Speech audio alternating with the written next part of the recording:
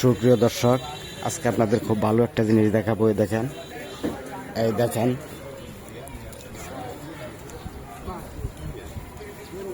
দেখি কি মাছ আনছ?